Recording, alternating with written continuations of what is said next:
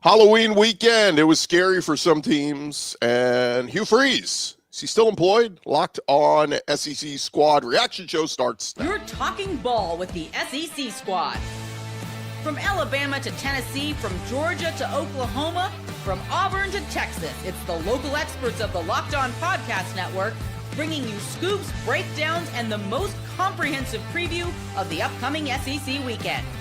It's the SEC Squad, and we have a seat for you. Hurt feelings and thin skins are prohibited. Squad up, you're part of the SEC Squad. What's up, everybody? Welcome into our SEC Squad Reaction Show, reacting to SEC Week 10. Today's episode brought to you by Game Time. Download the Game Time app, create an account, use code LOCKEDONCollege, get $20 off your first purchase. Smaller group this week. Chris Gordy locked on SEC, Stephen Willis locked on Ole Miss, John Miller locked on Mizzou. We'll see if some of our other brethren jump in. We'll have some messages from some of our guys who couldn't make it, given their reaction to their games. But gents, welcome in SEC Week 10. We're going to get to some of the games, but I got to start here because I am honestly shocked. Here we are, the morning of November 2nd, and Hugh Freeze is still employed as the head coach at Auburn. Auburn loses at 10-3 at home last night. At home at night, 10-3, 241 yards of total offense, 2 turnovers. Are you guys with me as shocked as we are that Hugh Freeze is still employed? Don't we deserve to see Hugh Freeze face Diego Pavia again? Hasn't Freeze earned that right? If you take that away and the boosters take that away by removing Freeze just because he lost to Kentucky, like that's not the most egregious thing he's ever done, you know, don't take away the Diego Pavia rematch for the third or fourth time again. I mean, I've made Father's Day jokes about Hugh Freeze for 9 months. Don't the week before that game pull the rug out from under me. Sir Fishing Guy's asking, does Freeze get fired today? Well, according to our Zach Blackerby over at Locked On Auburn, he's a little wishy-washy on it. So I'm not so sure, guys. I don't know if Auburn even wants to jump into this hiring cycle necessarily, but honestly, after yesterday, how can you not? I mean, 3 points against Kentucky. You don't get into the end zone against that defense, against that ball club. I got to say, what I said about Hugh Freeze maybe a month ago in this space still applies. How do you have no offense going at this point? I mean, and almost literally no offense yesterday. It was brutal to watch. Thank goodness it was on the side TV, and I was watching Game 7 mostly instead. Well, listen, real quick. I don't think Auburn needs to fire Hugh Freeze during the season. Hugh needs to wear this. You don't need a situation where DJ Durkin beats Alabama at the end of the year and all of this pressure, this hiring cycle kind of comes in to where you kind of marry the babysitter. I think Hugh Freeze needs to wear this. And it sucks for Auburn fans because all Auburn fans want to be what Auburn was 10 years ago. That's all they want.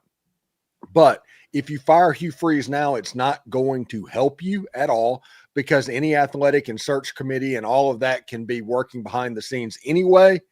Let Hugh Freeze wear this. This season's a wash anyway. Yeah, I'm waiting to see something of substance come out. Keep in mind, you know, in terms of timeline goes, I want to say the Billy Napier thing happened pretty quickly, right? But as far as LSU, a week ago at this time, rumblings were there were going to be changes made at LSU. And at the time, we kind of just thought, oh, they're going to fire Joe Sloan, the offensive coordinator, or something like that, like major changes made internally.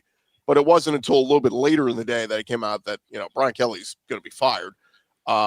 So as we sit right now, yes, while nothing has transpired yet, doesn't mean that in an hour this thing can't change. It is funny. Somebody brought up there's a website where you can look at the country club there at Auburn, and there was a tea time set for this afternoon for Jill Freeze. But you know, is that Hugh using an alias? Is that really his wife going to golf with people? I don't know. But regardless, this is the silly season we get into, guys, and I just don't know. I mean, at this point, holding on to him is just is more embarrassing than jumping into the pool and saying, hey, we fired him and it wasn't a success. It's just, I don't know how you roll him back out there another week. This is crazy. Yeah. That's the thing. There really is no huge advantage, I don't think, in the hiring cycle, as Steven said. But to your point, Gordy, it does almost feel like, hey, do you want to play these games out and actually have a little bit of juice, try to win? I don't know. I agree with Steven to some extent. Like, oh my God, what if they actually put up a fight against Alabama and that muddies the waters a little bit? I don't know. That's kind of a low. That seems like a low, a low reasoning there. Like, not the greatest reasoning I've ever heard to make a decision there. But I do see your point. At the same time, if you're Auburn, you just got to do what's best for you going forward here. I mean, what are you as Auburn? Are you just going to continue to fire a coach every 3 or 4 years? I mean, there's got to be some modicum of patience even in this NIL environment. I will say, though, Freeze does deserve to go. I know I'm talking out of both sides of my mouth here because, again, his calling card, offense, quarterbacks, it just hadn't been there. Yeah, and make no mistakes, Hugh Freeze needs to be fired. Absolutely. It just is the matter of how you do it. That's what I'm talking about. You want to make sure you have a plan. Is John Cohen the person to hire the next football coach? I mean, all of this stuff, you need to have internal conversations about what's going on in Auburn and what you want to be and how you get out of this mess. It can't just be, hey, an emotional move of hiring Hugh Freeze and leaving John Cohen when John Cohen might be the problem right now. So that's interesting. That's all I'm saying on this. Yeah, the crazy part is they gave up 7 sacks last night to Kentucky. 7 sacks, and as Pete Nakos reports, the buyout would be $15.4 million. So it's a lot of money, but it's not ridiculous. You know, what was Napier? He was somewhere in that territory between 15 and 20. Of course, Brian Kelly and James Franklin were the massive ones, but you know, I don't know. You know, at this point, it's not working. And for those who didn't see the video last night, leaving the field, nobody, like a whole swaths of the stadium did not leave. They stayed and chanted, "Fire Hugh, fire Hugh." So again, just a message to, you know, and it's not people being unreasonable. It's just, this is going nowhere. And, you know, again, I raised my hand last week. I thought Brian Kelly was going to be a hit higher at LSU. It wasn't.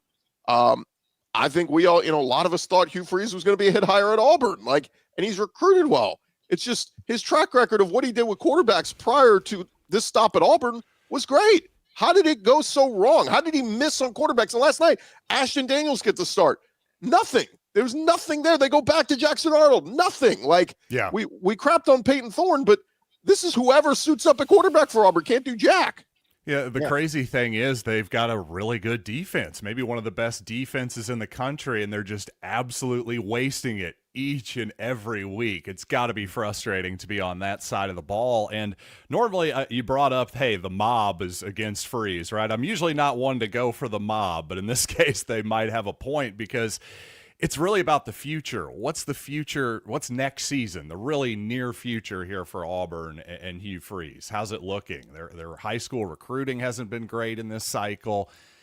You're just basically praying that he hits big in the quarterback portal cycle, I guess. Well, you can hope that for your next coach and any coach. So I just don't know what the pro keeping Hugh take is at this point, to be honest with you. Yeah, the crazy thing is, Hugh Freeze and Gus Malzahn, they have the same problem. They had an offense that was built up back in the mid-20 teens to be successful. But Nick Saban and everybody worked to get rules changed that kind of nerfed that offense. And now neither one of them are what they once were. And that's not going to change at all. And Hugh Freeze still living off wins over 2014 Alabama and 2015 Alabama. Those days aren't happening again. They're just not. Yep. The other one is Kentucky, like you said, beats them 10-3 at home. Auburn drops to 4-5 with a trip to Vanderbilt up next. In their 5 SEC losses, Auburn has scored 6 total touchdowns. 6. I mean, you're supposed to be, offense is supposed to be your specialty. I saw last night the 3-3 tie at halftime was the tied the fewest combined points entering halftime in an SEC game this season. Like, I don't know how many more red alerts you need for Auburn to pull the trigger here. Like, what are you waiting for? Like, you're not getting, like, you know, if you're going to start trying to raise money and donations or whatever, like, you're not getting a penny while Hugh Freeze is still the head coach. So I just, again, if they don't pull the trigger today, I'm baffled. Does his buyout amount go down if like December 2nd hits or something like that? Is it possible? I think it's the same now, or if they wait. I mean, either way, it's and even if it does go down, it's not going to go down significantly. It's not going to be like a huge drop. Okay. So I don't know. Again, you guys are in agreement with me though. Like this should have already happened. It's tough to say. Again, it's tough for me to come up with a reason not to. That's the thing. I really can't. Yeah. Yep. Somebody in the chat said it does go down December 1st. Okay. Well, but again, it's always like what, $1 million or $2 million. Like it's never something. It's not like it goes down 10 million if they wait. Like it only goes down 400K. It also says. So. Yeah, so that's insignificant. I mean, who cares? Yeah. You're going to lose more. You're going to make the 400K back if you fire him. Home concessions. More people will go to the games if you fire him because they'll be excited to see what DJ Durkin or whoever takes over as the interim would be. But man, it is ugly. It is ugly. And if Auburn does open, that opening does come up, man, it is just you start to mount the number of jobs that are open. And what's so interesting, guys, is I've seen a few coaches say this, that coaches always love to throw out the line. I just wanted to throw this in here. I haven't been contacted by anyone. Are we smart enough in 2025 to understand that nobody calls the coaches and says, hey, you're interested? The agents are contacted. So the coaches always have plausible deniability to go, no, I haven't been contacted by anyone. Nobody's called me. Yeah, no crap, dummy. Like they're calling your agents. So we're getting into that silly season where we got a number of SEC jobs open, and we're starting to see guys come off the market. Kurt Cignetti is already locked in long term. Matt Rule, for some stupid reason, Nebraska locked in on him. Matt Rule is not locked in. His buyout went $5 million up. That's all that happened. They added 2 years to his deal to basically signify he's not going anywhere. Yeah. And then he loses to USC when Raiola gets hurt. And then the other one we saw was Rhett Lashley. Now, Rhett Lashley was very much on the radar for Arkansas, but that takes it off. So, I mean, guys, do you think we're going to see like a paradigm shift here in college athletics? I'm hearing some LSU talking about like maybe the Tulane coach, maybe this guy. They're starting to look at, I think we're going to get away from the big splash hires here. I think they're starting to look at, with money involved, all you need is money to go buy players and top assistants. The head coach kind of in some spots, I mean, tell me what you guys think. I almost wonder if the head coach is a little bit insignificant nowadays, because you would look on the paper and say, Kurt Cignetti, that guy's not attracting any young kids. But like, I almost wonder if you just get like a figurehead and spend all the money elsewhere.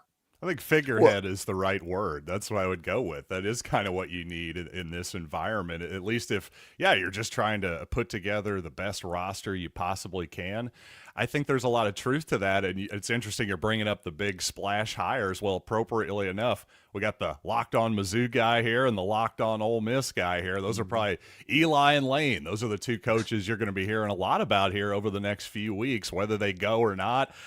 I'm guessing that I'll just say Mizzou. I think Drinkwitz stays. That's my assumption. That's my guess at this point. We'll see what happens, but I think that's to Gordy's point. I don't know that we're going to be seeing maybe as much big name movement as you would have thought. That's good news for James Franklin.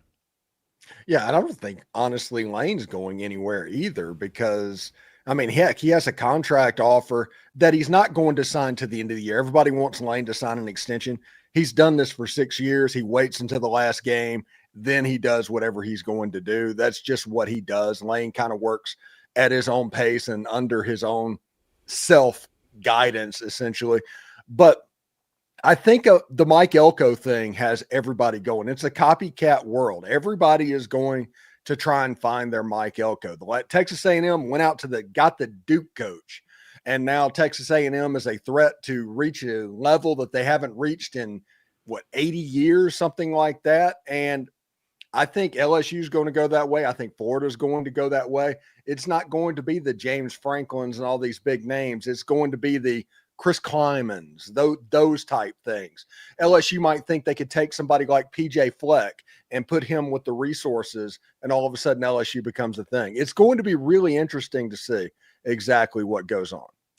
And what's fascinating too, guys, is for all the negative publicity the Louisiana governor got this week, and rightfully so, I thought he actually made some pretty good points from the standpoint of we need to get away from these stupid 10-year contracts. Like somebody brought this up with Elko. Elko was hired at $7 million a year. That's not, that like for what A&M is, they should be paying the 10 million, 11 million a year for a coach. And Elko may get a raise this year, but it was very incentive laden. It was like, if you hit this, if you make the SEC championship, you'll get this. Like, and I think that's where we need to kind of get back. We've let the agents control the ADs for too long that, like, if we can get back to some incentive-laden contracts where you hire a guy 6, 7, 8 million on a 5-year deal instead of a 10-year deal, we're not going to see these stupid massive buyouts that, again, teams and schools and boosters are dumb enough to pay it.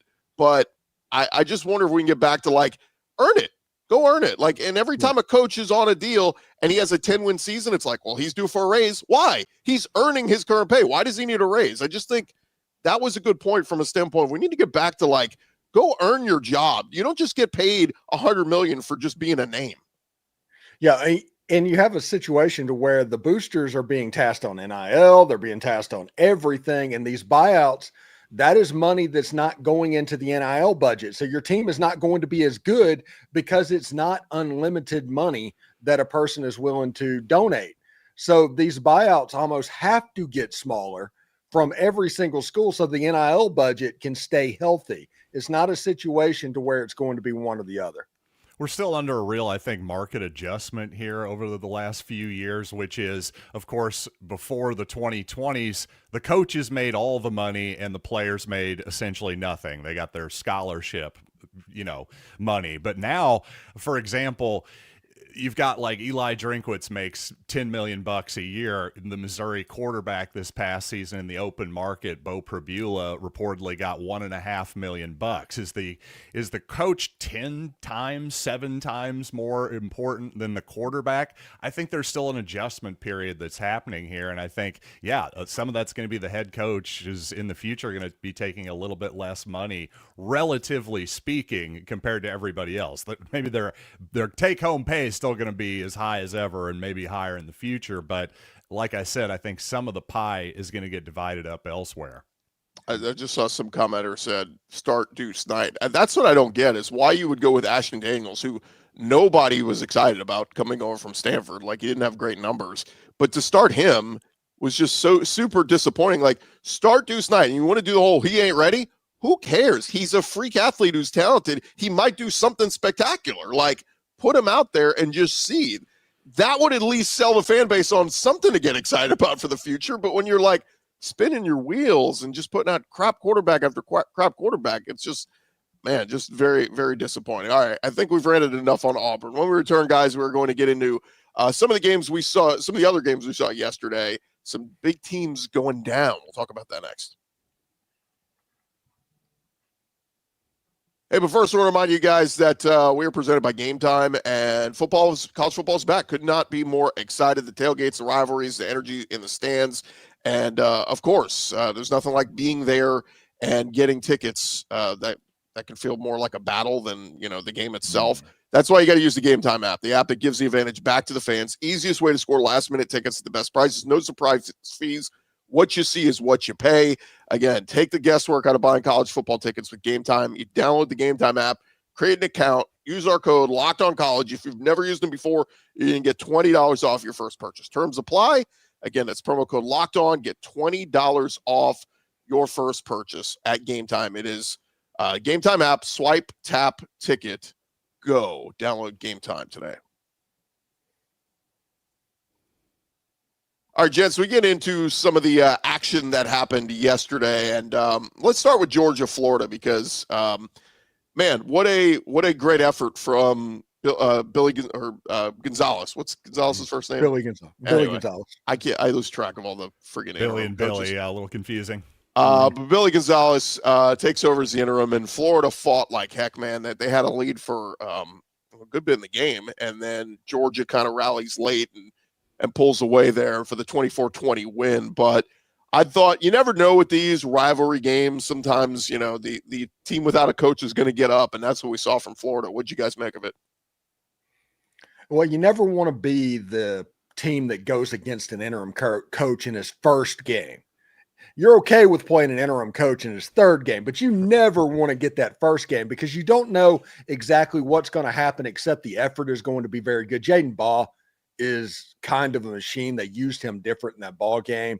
And DJ Lagway, while not great, he did look better in this game. And defensively, they're really good. Now, the problem is you were playing against Georgia, and second half Georgia has been one of the best team in the country all year.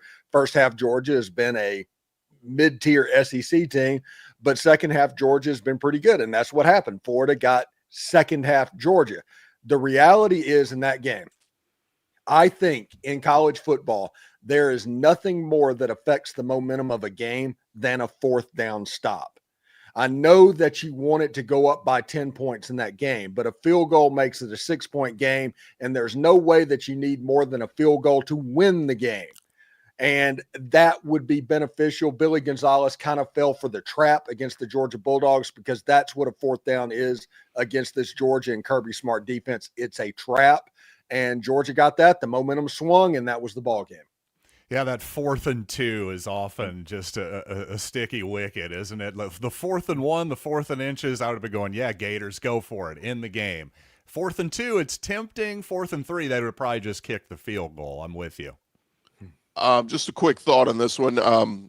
Georgia they still have not put together a full 4 quarters of football this year, guys. And yet they're 7-1, 5-1 in the SEC. It's almost like Kirby Smart sometimes can put this thing on autopilot, and they find a way to score late. They find a way to pull away, get a big stop, and they win games. But this doesn't feel like one of the most dangerous Georgia teams. But think of what we were saying about Ohio State a year ago at this time. Yeah, good team. We'll see what happens. Whoever gets in the playoff and starts playing their best football, Ohio State did last year. They won a national championship. Georgia falls in that category to me. They haven't looked perfect. People are going to doubt them and question them and all that. But if they get to the playoff and Gunnar Stockton's playing great and the defense is playing great, it's a team that can win a national championship. So, and they've done it twice in the past 5 years. So there's a chance for them to add another one there. On the flip side, Stephen, I just asked this because I heard some internet rumors, some people floating it out there. Any thought to DJ Lagway being Ole Miss's quarterback next year? I would say that I don't think so, or anything concrete on that. I think that if Lane got him, he would be a very, very good quarterback because everybody that plays quarterback for Lane Kiffin is going to be good, including a Division II transfer into the system. It would be interesting to see what happens because if Trinidad gets his waiver, and he's trying to get a waiver for a 6-year of eligibility, then it's going to be Trinidad. If he doesn't, then it becomes the question, Austin Simmons, do you bring transfer portal quarterbacks in, all of that stuff. I think it's interesting. I think DJ Lagway could be a very good quarterback if they could get his mechanics situated. It's the same problem that Arch Manning has at Texas. If they can figure out the mechanics and help his accuracy a little bit, he will be a very good quarterback. But right now, he's just kind of an unfolded lawn chair out there. Yeah, again, it's internet fodder. We'll see what happens in the offseason with transfer portal and all that. But it, and again, Trinidad's been playing great. Austin Simmons is still super talented. He can still be the guy next year for Ole Miss. Just thought I'd throw that out there. Let's get to this one real quick, guys. Ole Miss beat South Carolina 30-14, probably closer than we thought for a little while. But the big news just coming out, Ross Tellinger just confirming this. Mike Shula has been fired at South Carolina. Not a big surprise there, but offense certainly has been a big problem for South Carolina. Look, South Carolina's defense has stepped it up the last few weeks. They gave Bama all they could handle last week. They gave Ole Miss all they could handle this week before Ole Miss kind of pulled away there in the fourth quarter. But so Mike Shula fired. But what'd you make of the game yesterday, Stephen? First game this season where Suntarine Perkins looked like Suntarine Perkins. He was all over the field in that game. And Kejuan Lacey, he is going to be a star and is potentially the best running back in the entire Southeastern Conference right now. He's going to end up rushing for 1,300 yards this season. It's amazing. And it's kind of funny to think about that the offense for Ole Miss, they kind of were stuck in neutral for large portions of the game. They still scored 30 points on a pretty good defense. And Ole Miss's defense, that was the story in this game. Everybody wants to talk about Mike Shula getting fired and all of that, and South Carolina's offense being really bad, which they were atrocious. My Norris Sellers takes that I had in the offseason about him not being what everybody was saying is a reality. He's a good player, but I mean, South Carolina has broken him at this point. He was missing wide open receivers in this game, but Ole Miss is going to be good. They got that first win in this playoff March time. It was kind of like I compared it to a 2-minute drive. You want that first down. This was that first down. They have the Citadel, they have Florida, they have Mississippi State. Let's see what happens. I was pretty impressed really with Ole Miss. I mean, overall, just taking care of business there, winning comfortably at the end. But yeah, that South Carolina offense, it just hasn't gotten going at all. Obviously, Mike Shula probably had this coming. I'll say this, though.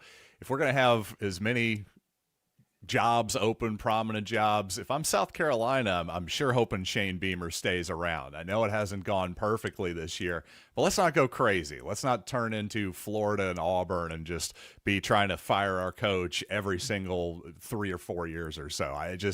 I'm very conservative when it comes to that kind of thing still, especially if you're not LSU. If you're more like South Carolina, be a little bit more conservative. Again, Ole Miss is 8-1 here, and any more pitfalls on the schedule, Stephen? I know they still got the Egg Bowl and it's at Mississippi State, but I mean, I guess Florida in a couple weeks maybe could give them a game. But even if you lose one of those two, I mean, Ole Miss is going to a playoff game. So I hate to say they're a lock, but I mean they're all but a lock. Yeah, Ole Miss is going to be a 10-point favorite in every single game. But listen, I'm not joking about this. There is nothing more dangerous in the Egg Bowl than a 5-win team. They're serious. I've seen the weirdness happen in that ball game. Ole Miss could walk into that game at 10-1 and all of a sudden face a Mississippi State team that looks like the 85 Bears on that day. I've seen some weird stuff in that game. And Jeff Lebby getting his first win against Arkansas. They have Georgia. I realize they have Missouri, all of that coming up. But that game now becomes the figurehead because Mississippi State only needs one more game to win. And if they do that, they can be bowl eligible. If bowl gets on the line, that is a potential pitfall game for Ole Miss. I'll say too on the Mike Shula thing. I mean, didn't we all think like when they made that announcement, this isn't going to work? Like I don't know. That was my thought. I hate the old retreads and look at the success people are having around the country. I mean, for the most part, when we look at teams that are great offenses, a lot outside of maybe Mike Bobo in Georgia, which debatable if you want to call that great, but like it's always the young up and comers, right? Or the young coaches that call their own plays, like the Alex Golish at USF and stuff like that. So I don't know. When you announced Mike Shula, it was like, man, I'd much rather go with some young, 30-year-old upstart, guy that's going to get the most out of Lenore Sellers. And honestly, the offensive line has been a big problem, but Sellers has not taken that next step this year like we kind of thought they would. And Shane Beamer at 3-6 now. I mean, they have to win out to get to a bowl game. And so very disappointing, especially when people were talking about them as a dark horse for the playoff this year. Let's squeeze one more game in here real quick, guys. Vanderbilt, Texas was very entertaining at the early game yesterday, and entertaining from a standpoint that Texas came out and looked like they were supposed to this year. I mean, dominant defense. Simmons is flying around. Arch connects with Ryan Wingo on the first offensive play of the game. He takes it 75 yards to the house. And I thought Arch played very well. What he finished with over 300 yards passing. But, man, did they take their foot off the gas and let Vandy back into this one. Vandy scores 21 fourth-quarter points and was a bobbled onside kick away. If they come down with that, they're going to have about 30 seconds to play with and either a game-tying field goal or game-winning touchdown. So Texas a little lucky to get out with the win. Feels like we've been saying that the last couple weeks with Texas. Lucky to get out of Starkville with a win, lucky to get out of Lexington with a win. But albeit, Texas is sitting at 7-2, and if they keep winning, they're going to make the playoff. Yeah, and they got a big game coming up again at Georgia. And Steve Sarkisian had the benefit of seeing what Lane Kiffin did to that Georgia defense. They come from the same tree. They're both Norm Chow coaches that developed at USC. And Arch Manning, for better or worse, they've kind of unlocked Arch Manning over the last two games. Now, if Texas, who has the defense to really thwart Georgia, Georgia's going to have to work. It's going to be a tight game. If Arch can make some plays to Ryan Wingo and all that, it could be a situation to where Texas can pull off that upset. And if Texas got into the playoff, if they just get there after beating Georgia in Georgia and against Texas A&M and get to the playoff, they will be an increasingly dangerous team because they've kind of figured it out over the course of the season. But if Georgia wins this game, I think Georgia wins this game by multiple scores if Georgia wins. If Texas wins, it's a nail biter because this would be the third loss for Texas. So we'll see. I am appreciative of what Arch Manning did against Vanderbilt in this game. Vandy had their furious comeback at the end of the game, and it could have gotten interesting if the ball didn't go out of bounds, but Texas has a chance to be pretty dangerous, but it all depends on what happens in Athens. Yeah, Athens, and of course they've got Texas A&M left too. I mean, I agree with you. I think the Horns are playing better football. I just don't quite see them as a playoff team just yet. No. Certainly if they win out, yeah, they're going to be there. They've got that opportunity, but I just don't see that happening personally. I like it. Like, there's a lot of people dogging Arch. Did Arch have a lot of yak yesterday? Yes. At the end of the day, he still threw the passes that he needed to, and Texas looked great. So, it's I don't, because there was Texas fan. I got into one on Twitter. I said, look, y'all were lucky to hang on there. He's like, look, we dominated that game. It's like, okay, but you can't leave the door open. When you got your foot on your opponent's throat, do it. Win. Put them away. Don't leave the door open. And that's what Texas did. Again, but you got to give them credit. Like, they're in a position here where they can go win at Georgia, who doesn't look like dominant Georgia, and a chance that Texas can upset A&M in the final week of the regular season and get into the playoff at 10-2 still. So, again, still something to play for there at Texas. All right, when we return, guys, we'll get to what was perhaps the best game of the week in the SEC. That was last night with Rocky Top going down at home. We'll discuss more on that in just a sec. Hey, but first, I want to remind you guys about our friends over at FanDuel. Of course, the NBA is back. No better place to get in on the action than with FanDuel, the official sports betting partner of the NBA. Even if you miss the start of the game, you want to ride the hot hand, FanDuel has live bets on everything from who will score next to fourth quarter comebacks. You can combine your live bets into a same-game parlay for a shot at an even bigger payout as well. And I was looking at some of the lines in college yesterday, guys. Florida got the 7.5 cover against Georgia. Texas covered the 2.5 against Vandy, barely. Ole Miss, minus 12.5 hit versus South Carolina. But how about if you'd done a 3-game parlay, if you'd taken Kentucky straight up over Auburn, Mississippi State straight up over Arkansas, and OU straight up over Tennessee, man, you would have been living pretty today. And of course, you could do a 3-game parlay over there at FanDuel if that is what tickles your fancy right now. FanDuel giving new customers $300 in bonus bets when your first $5 bet wins. So head to FanDuel.com, sign up, play your game with FanDuel, the official sports betting partner of the NBA. All right, fellas, what perhaps turned out to be the game of the week last night, or at least it was pinned a de facto playoff elimination game. It was Oklahoma at Tennessee, and look, I was just a big buyer on Tennessee's offense and how ridiculous it's been. Top 5 offense in the country. Oklahoma, they've been a top 5 defense all year, but I just thought after what they did against Ole Miss at home last week, it was like, well, surely Tennessee's not going to have a problem moving the ball. They moved the ball, but they just couldn't find the end zone a ton with some Joey Aguilar turnovers, missed chip shot field goal, and Oklahoma gets the 33-27 win on Rocky Top. But how shocked were you guys that Josh Heupel at Tennessee take their 3rd loss, 6-3 now? Seems like playoffs are a done deal for them.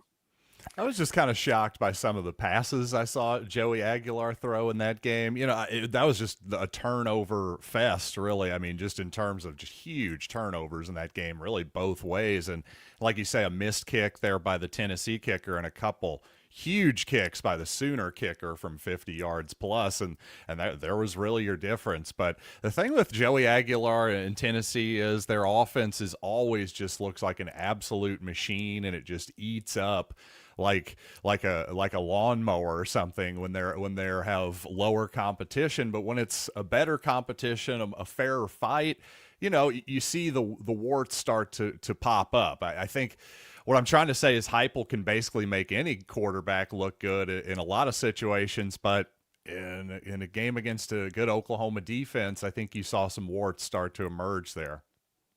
Yeah, and this had to be a game that Oklahoma won with their defense because John Mateer has struggled over the last couple of weeks coming in, and he was better against Tennessee, but that was still mostly with his legs.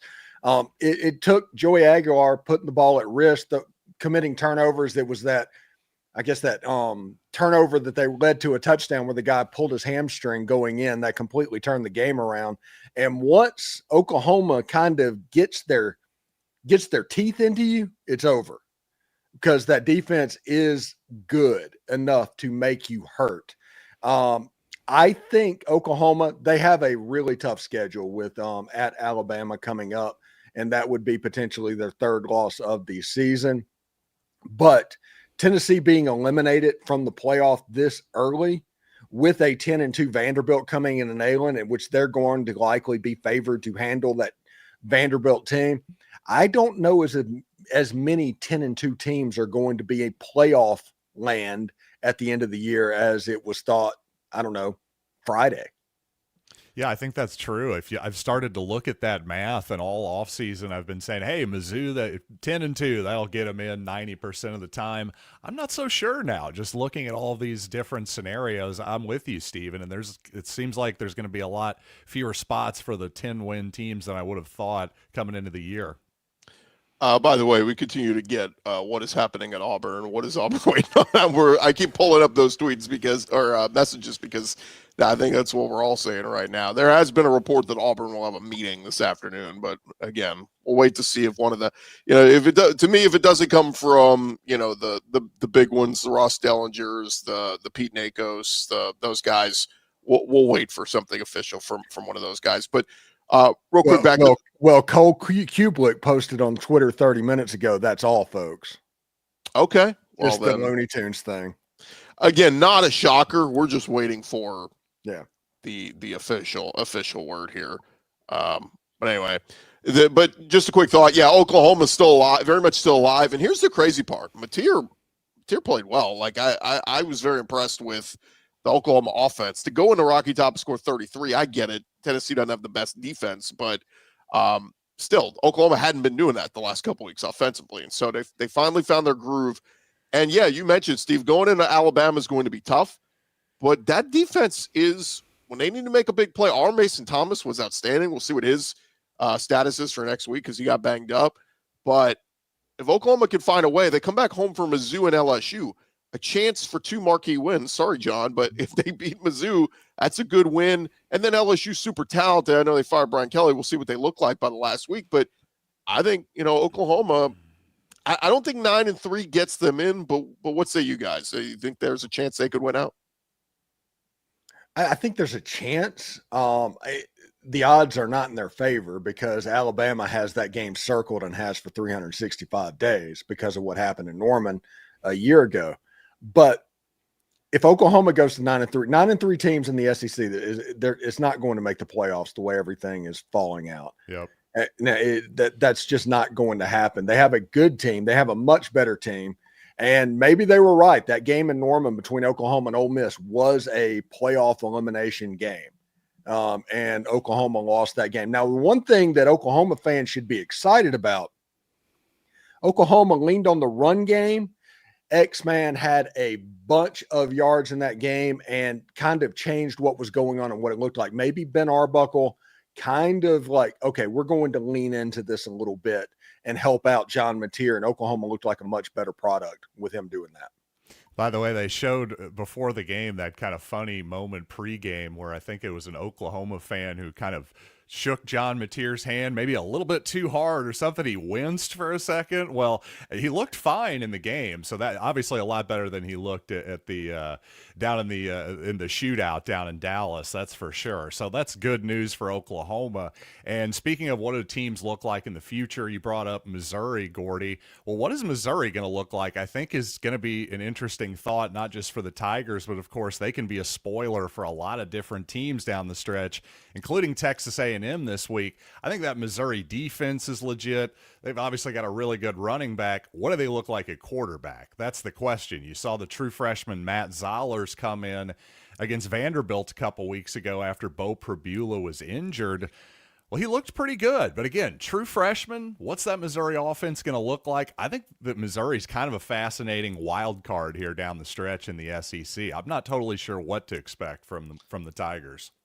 Real quick, let's hear from some of our cohorts after that game last night. Let's hear from Eric Kane, and then we'll hear from Jay Smith. Here was Eric. Brutal football game for Tennessee as the college football playoff hopes and dreams and aspirations are over. Tennessee falls 33-27 to Oklahoma in a game where, man, for as good as Joey Aguilar has been so far this season and for everything that he's brought to Tennessee, I mean, again, the SEC's best offense, it was bad in the first half. Two interceptions that led to field goals. He was strip sacked and returned for a 71-yard touchdown. I'm not putting that on him. I'm putting that on the right tackle. But nonetheless, 3 turnovers from Joey Aguilar directly led to 13 points of the 16 points in the first half for the Oklahoma Sooners. It changed the way the game was played. And overall in this football game, you got a great effort from the defense. Tennessee's defense played well. Tennessee's defense made stops. Tennessee's defense tackled. I say all that, that's elementary, but that hasn't been the case all year long. And you wasted that opportunity in a game that had all the makings to be one of those awesome games. Neyland Stadium, the crowd was awesome, the light shows, dark mode, all that and more. But first half turnovers changed the way the game was called, changed the way the game was operated, and that's the story in this one. Critical fourth and one that was missed out on later in the football game. Some other critical plays, but those first half turnovers, the biggest difference. And that's unfortunate because this is a fun offense, and you get an effort like that on defense, but it's for naught, and Tennessee's college football playoff chances are done at 3 losses right now. Yep, I'm here. Didn't get to make it, though, because I'm in Knoxville, about to fly home. Oklahoma takes down the Volunteers on the road for their 3rd ranked win this season. I think that's like second most in college football, 33-27, which is a big deal for the Sooners because why? That was the ugliest and most disgusting win I think we've had. But hey, we have a Heisman Trophy candidate though. Tate Sandell, titanium leg Tate. Dude hit like 350-yarders in a hostile environment. Like you got to give that man props. That's just ridiculous. So we're able to pull off something that I didn't think we was going to be able to do. Lies. I actually picked us to win this game. But I didn't think that we would be able to gut it out. This was a game win for the culture. This was a win for morale. And they better take this and grow. John Mateer looks like he's gotten a little bit more confident in his throw and his run and his decision-making. He better keep making these dang decisions. Now we get a bye week, so R. Mason Thomas can rest after he returned a fumble like Greg Jennings.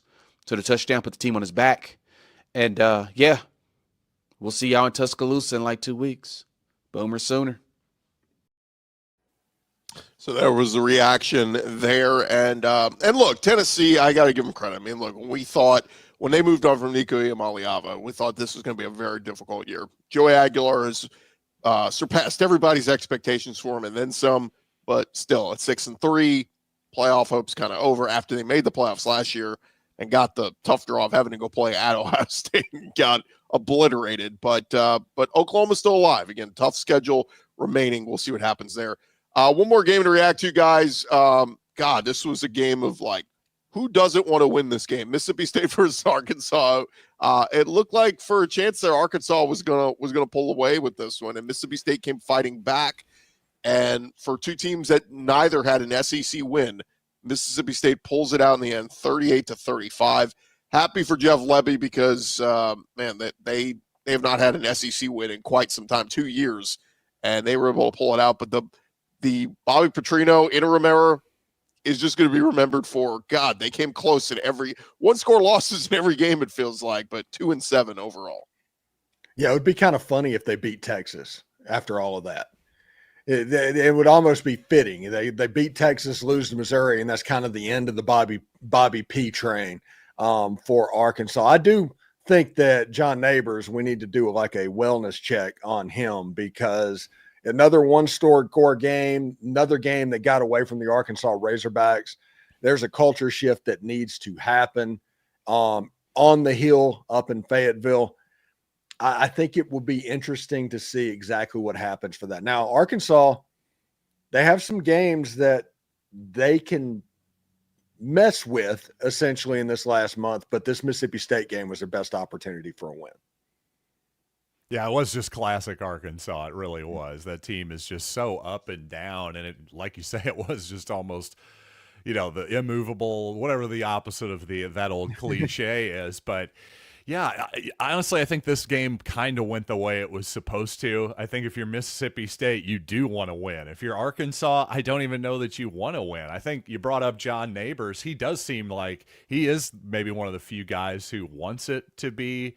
Once the interim coach, why am I blanking on the man's name right now? Petrino. Thank you. Yeah. Bobby Petrino. He seems like he's the one guy who maybe would like it to continue to be the Bobby Petrino era in Fayetteville. I don't know that that's what you want. I think you got to go get a real coach and somebody with some actual discipline down in Fayetteville for once. And that's just gonna be tough. And again, Rhett Lashley basically taken off the radar. He was a name that was thrown out there for Arkansas.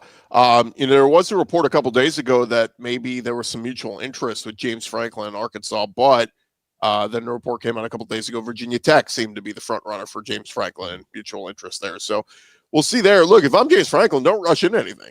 Sit around and wait. I mean, if they pull up the money for Mike Norvell, Florida State, I mean, you can have your pick at some of the big jobs out there if you're James Franklin, and for Brian Kelly at that matter, if he just lays low and just keeps his mouth shut. We'll see what happens there. But we had some comments from some Kentucky fans. I did want to give some shine that what a win for Kentucky, because they go into Auburn and beat them 10-3.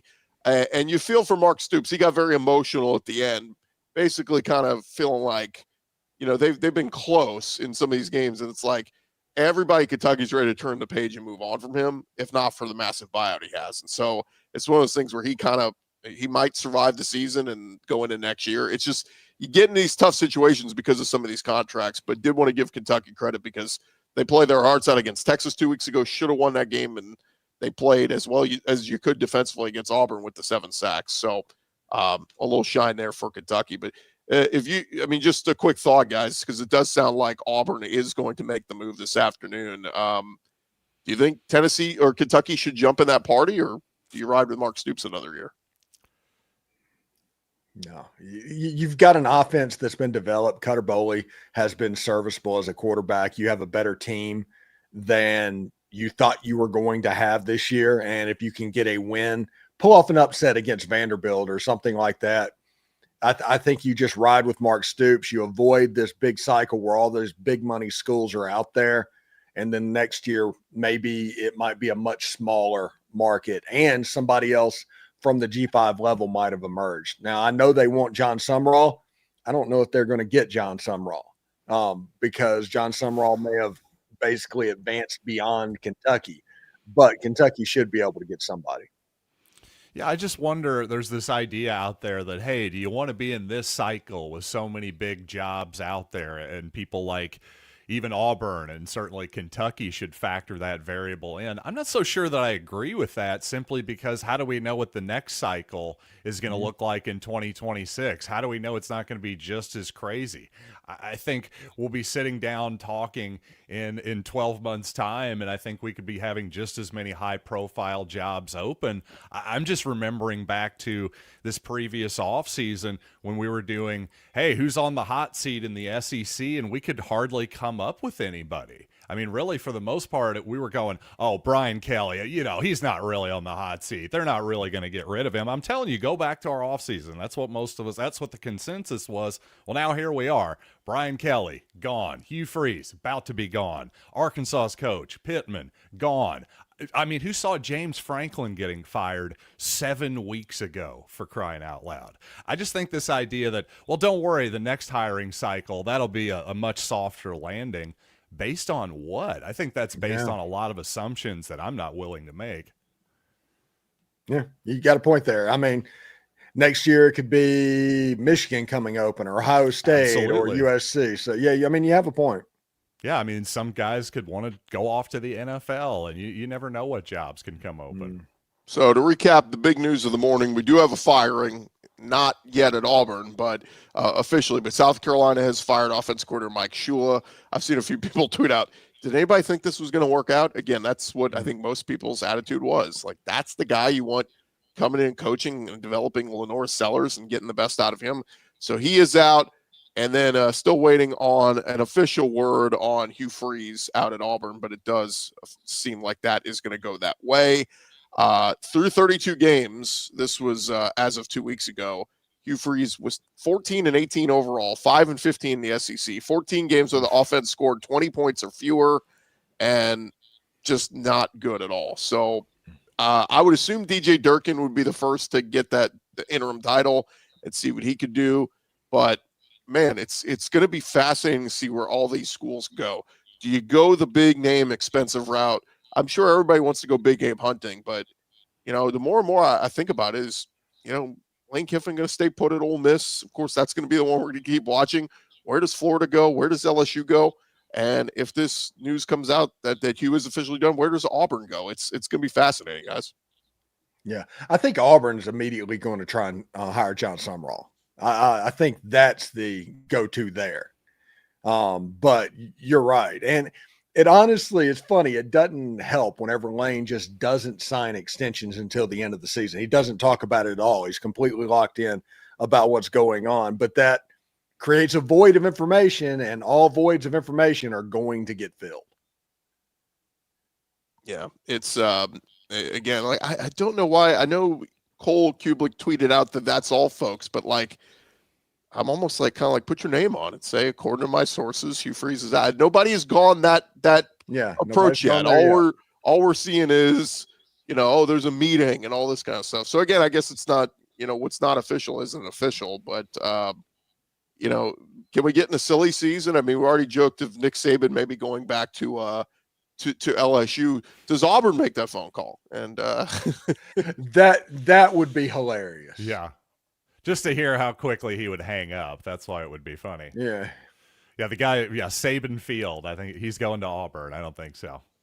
Yeah, we've seen I've had a couple comments in the chat, too, people saying, like, the SEC's just brutal. Guys, think of this yesterday. I mean, 1, 2, 3, 4, 5 of the 6 games yesterday were all decided by one score or less. Like, it's insane how close these games are this year. And it's got us questioning teams like Ole Miss and Georgia at times, going, well, they don't look dominant. It's hard to look dominant in this year's version of the SEC because everyone's giving you your best punch. And then, some teams play down to the competition at times. But I think that's why we have that reaction, because I think it's just so balanced that the worst team in the SEC and the best team in the SEC are not very far separated right now. Yeah, it's just going to be interesting in the playoff, I think, because, of course, there's a lot of Big Ten fans, Big 12 fans who are going, oh, great, so the SEC, you guys are just all so great, right? Well, their point is, of course, well, what if the SEC is all just mediocre, maybe, and they're just a bunch of mediocre teams beating up on each other? I don't really believe that. The good news is the playoff will give us a pretty good idea of that. I don't know if the SEC has the best team in the country. I think they have the best league in the country. That's for sure. Yeah, it would not surprise me if they got 5 teams in the playoff this year. And whenever we record the squad show, we do that. That'll be right after the first playoff rankings come out. So I'm sure that'll be a heavy discussion point. But I'm curious to see where everybody lands, who's on the outside looking in, what's going on. I do think that Texas A&M, Georgia, Alabama, and Ole Miss, they're all going to be at least hosting, maybe having a bye. I'm curious too, Stephen, while we got you, just a couple minutes before the top of the hour here. What if let's just say hypothetically Lane did leave and it went to either LSU or Florida, where would Ole Miss go? Would they consider, because I thought about this the other day, I'm like, as good as Pete Golding is, as good as Charlie Weiss Jr. is, I mean, is there a world where you promote one of those guys, or could you keep those guys and bring in a figurehead? Like, where would Ole Miss go? Ole Miss right now is kind of putting out information that they're prepared to offer $13.5 million at least to Lane Kiffin for that to be public. They're going to do a national search. And then whenever you're able to offer that amount of money, you can hire just about anybody you want to do. The world's kind of your oyster at that point, especially with how aligned Ole Miss is at the moment. So if Lane decided to take another job, Ole Miss would probably replace him at a fairly high level, if we're going to be honest. I do not want at that point to hire a Pete Golding or just promote from within. I think at that point you Kalen DeBoer it and you blow it all up and you kind of start over with all of these resources and do it. Don't try and recreate what you already had. But give me a name or two you think would be realistic for Ole Miss to land if Kiffin left.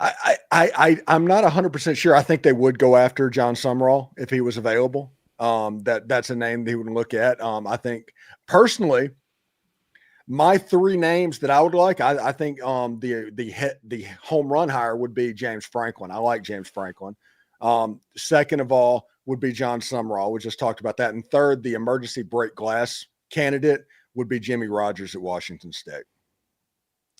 Yeah, it's just fascinating because I think every school has been linked to John Sumrall. Like, you're the Tulane coach. You were just at Troy 2 years ago, and now literally every big SEC job has interest in you. So I think that's kind of fascinating. But also, we always do this too, guys. We get lost in the heat of the moment. Like, who's the hot name right now? And you just like, that's why I always kind of want to look at, like, what's track record. You know, that's where I thought Brian Kelly was a safe hire for LSU, because track record, he had won everywhere he'd been. Like, he's a future Hall of Famer. Just didn't work at the level of an LSU. And so I just, like, we're talking about some of these hot names. What if John Sumrall goes 5-7 at Tulane next year? Is he still the hot name? You know, so it's just it's always a crapshoot. But you know, I thought Hugh Freeze was a hit, you know, hire when Auburn made it, and it turned out to be a dud. So, you know, you almost wonder if going the route of young, cheap up and comer, Alex Golesh might be the best hire you can get at some of these SEC schools right now. Mm-hmm. Yeah, absolutely. And it's going to